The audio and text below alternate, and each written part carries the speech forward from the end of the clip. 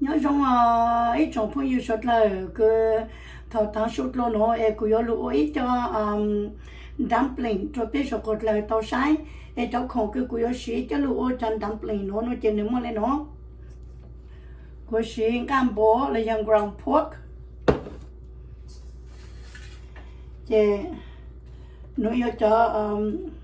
wrapper cứ cô xí nữa chỉ nếu trong lấy nó ông chỉ tao thọ tiền nó rồi lên nó nè, chỉ có ship ở bao nó giờ cho lu cứ chọn đã,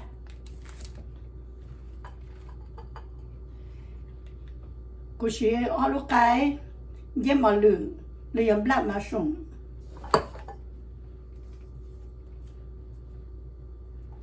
carrot, claw rau xích cá,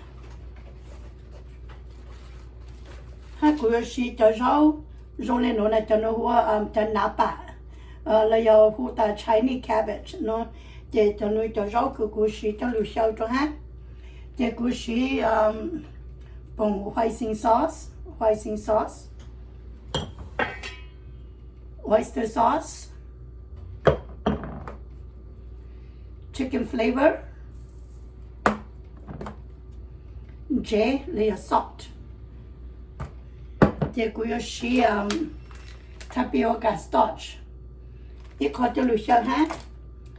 để cho không có cô xí nó để cho lùi ở trong dumpling nó để nó mua lên nó xứ, thằng nó để cô yêu lùi mua cho anh dễ trồng, cô mua cho dễ trồng của nó mà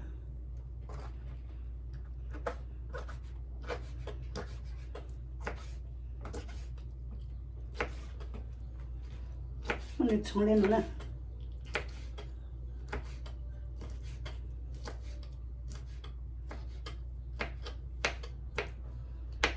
trồng mà má lại cứ mẹ trồng thau xứ,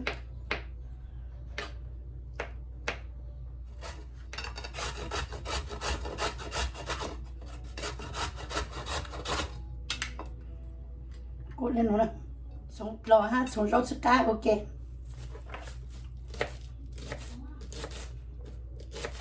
Trồng của mama, thằng nó chỉ mới cho rau trồng,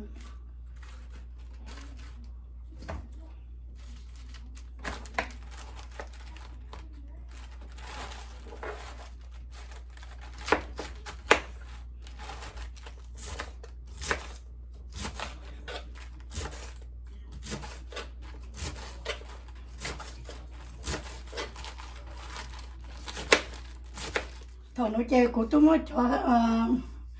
lò ha cho rau xích cá ha cho rau trồng tăng lên nó rồi nè, muốn trồng ít cái lên nó rồi, chơi của muốn đi rủ ít cái nè, chơi của xí lùm lên rồi rau lên nó, cho nó rủ xứ, rủ của mama ấy là thầu khử sẽ là khử tao rau, hắn này sao chịu mất lên.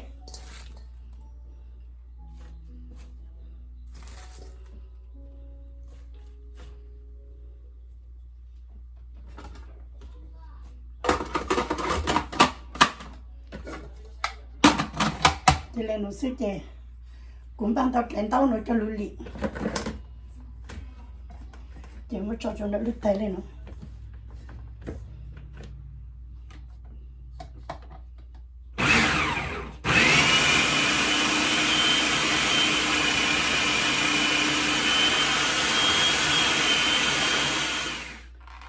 rủ tao chè rong lên nó mò lại chè mới cho lụi lị xíu.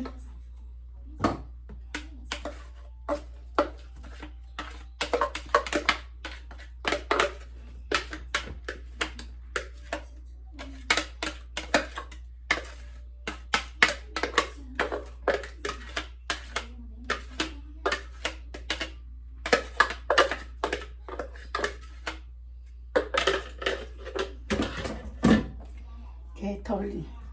thầu cái món rụt tăng để món lên nó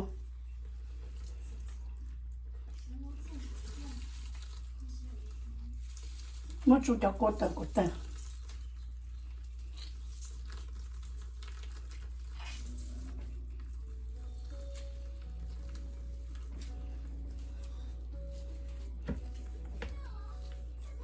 chú cổ khó là cho cô tàu của tăng đấy cô yêu chú tàu thằng nó chơi cũng ban tàu số dạng tăng rồi chơi của chú là tàu ý kê xí chẳng ăn bò nó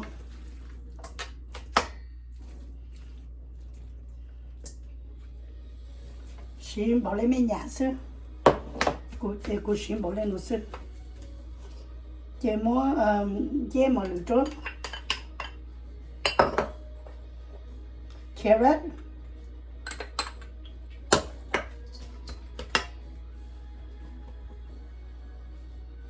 nếu cho rau của cô dùng nè cho rau của dùng tao để rau lên nó một chọn chơi cũng mất tay đó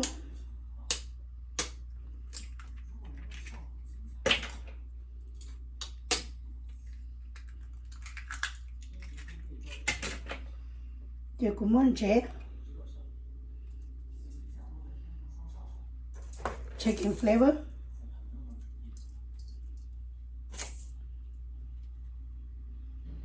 chơi cũng muốn tapioca starch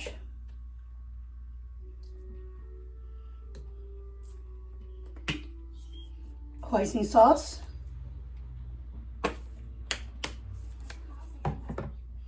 Oyster sauce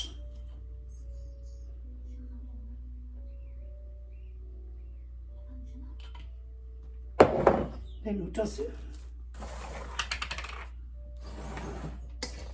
thì một tàu ấy kìa của tôi mới chẳng ra hai chỗ rau xôi dạng to thằng ấy tay lên nấu lợn chị của tôi xỉ căng là chị của yo lên nấu lợn sữa chị của xỉ cho wrapper lên nấu cho luôn khử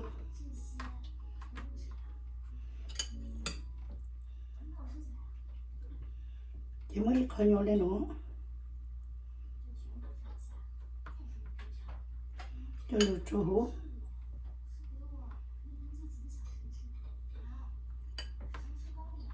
chị mới cắt lệ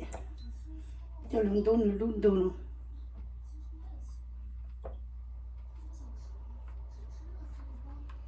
lên nó sơ chị mới cho lụt ok lên nó seal around the edge để giống như ô cổ luôn đun lên nó xứ cô chỉ cho con của nữ rong cao chơi cô cho lên nó chơi cô lên nó xứ nè mình lấy tôi cho design của nó lúc cậu rong cao rồi luôn rong cao là yên tao ha thế sẽ cô tê bao lên nó xứ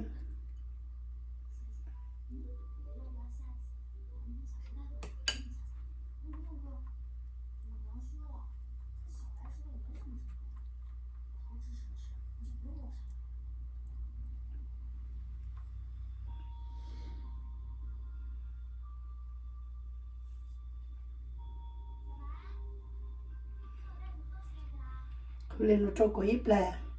mới cho một thì có chút thì cũng như chỉ son thua lại họ xưa cô tôi khử to lên nó là chỉ cô cho lúa già lên nó nè khi số tiền mình lên nó cho nó lúa già nó cho lên nó nó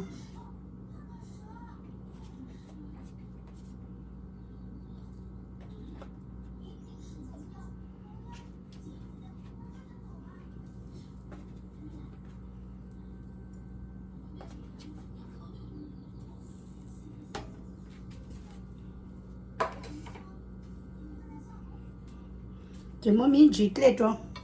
giờ mình nhà các khán dễ hình nó chỉ muốn ở con các khá chỗ là to, chỉ thầu cái nó xa chỉ nó tắt lang ha nó rong câu lên hồ nữa, chỉ cho lên món bù là xưa,